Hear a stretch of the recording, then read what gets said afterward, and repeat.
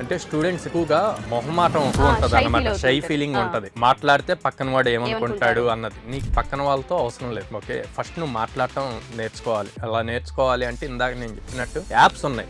నువ్వు ఒక 1 hour or 2 hours class లో ఇంగ్లీష్ లో మాట్లాడుతుంటే ఆటోమేటిక్ గా వాళ్ళు కూడా రియలైజ్ అవుతారు. లేకపోతే 2-3 days నువ్వు స్టార్ట్ చేస్తే నువ్వు చేంజ్ అవ్వాలి అన్నది నీకు ఉంటే కనుక నువ్వు మిగతా వాళ్ళతో పట్టించుకోకుండా నువ్వు స్టార్ట్ చేస్తే వాళ్ళు కూడా స్లోగా చేంజ్ అవుతూ ఉంటారు. అప్పుడు ఆటోమేటిక్ గా అందరూ ఇంగ్లీష్ లోనే కమ్యూనికేట్ చేసుకోగలరు. అక్కడ వర్డ్స్ ఏం యూజ్ చేయాలి అన్న డౌట్ ఉంటే you can use Oxford dictionary ఉంటది, వాటిని బేస్ చేసి నేర్చుకోవచ్చు చేంజ్. కానీ ఆ చేంజ్ మీలో రాకుండా నేర్చుకోవాలి అన్నది రాకపోతే ఏమీ చేయలేరు అన్నమాట. సో యాజ్ కోడ్9 లో టెక్నికల్ ట్రైనింగ్ తో పాటు కమ్యూనికేషన్ స్కిల్స్ ట్రైనింగ్ ఉంటుంది.